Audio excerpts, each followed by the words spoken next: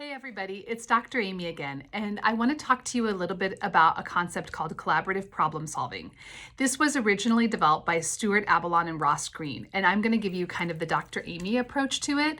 It's just a way to dialogue, problem solve, and provide support for your kids in a way to decrease friction and address difficult behavior. So let me break it down to you in just 4 simple steps.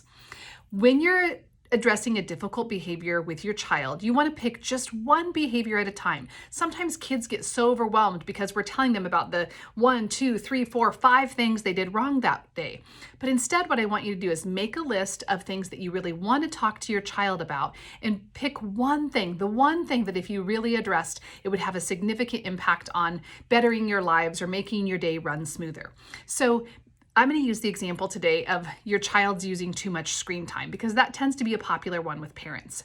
So step 1 is this. You're going to define the problem. You're going to do that by making an observation to your child without judgment, okay? So maybe to your 12-year-old, let's say, you say to your 12-year-old, I noticed lately that you're on your screen for 4 hours a day.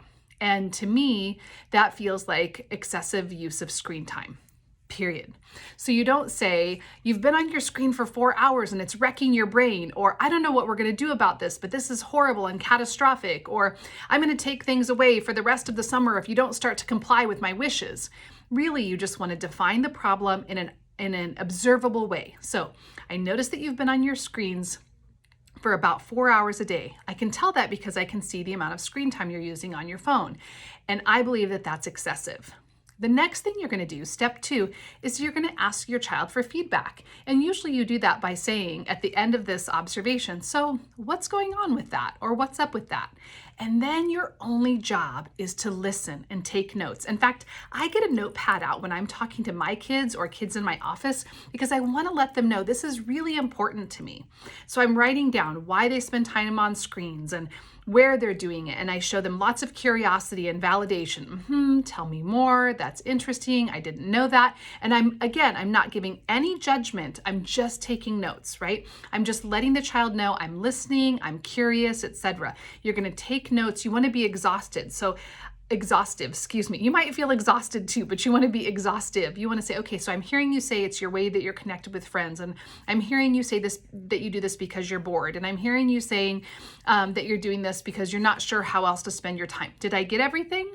And once your child gets to a place of saying, yep, that's everything that I said, then what you're able to do is you're able to go on to step 3, which is saying to your child, okay, so we need to find a solution to this problem that meets both of our needs. You'd like to be able to use screens, and I feel like it's too much time.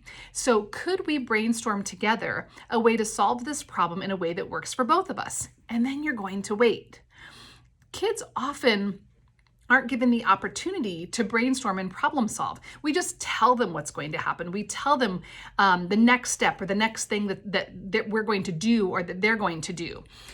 Instead of giving them some choices and giving them an opportunity to problem solve and giving them some space to engage in this collaborative space. That's why we call it collaborative problem solving.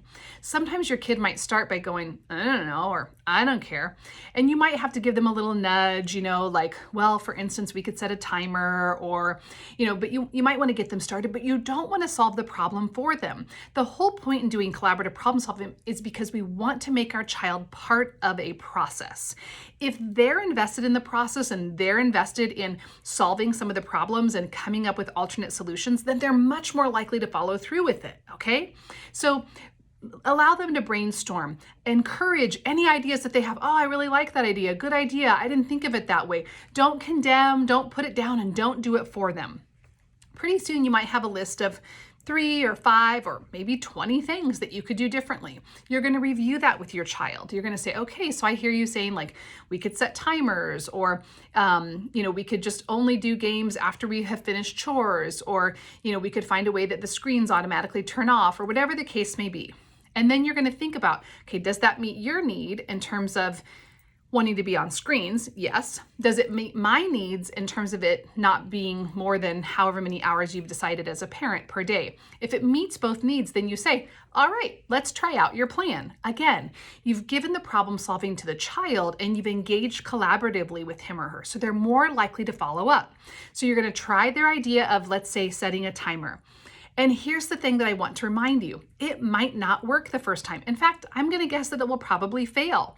That's okay. You're going to go to the top of this process again and you're going to repeat it. The whole point in engaging in collaborative problem solving isn't to find the perfect solution right away, but to create what we call an ally in problem solving. This collaborator with you who's no longer fighting you all the time about every behavior that you're engaging in, but instead you have this collaborative ally that's working with you to solve a problem versus against you.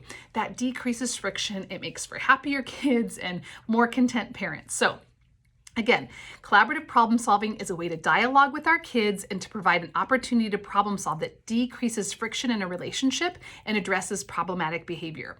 The first step is that we make an observation about the problem without judgment. Second step is we ask our child about that and we allow them to exhaust a list. The third thing is we tell them what's a way we could solve this problem that would meet both of our needs. And finally, we try it out. And it fails or it's successful, and then we rinse and we repeat and we try all of this again. So that is collaborative problem solving in a nutshell.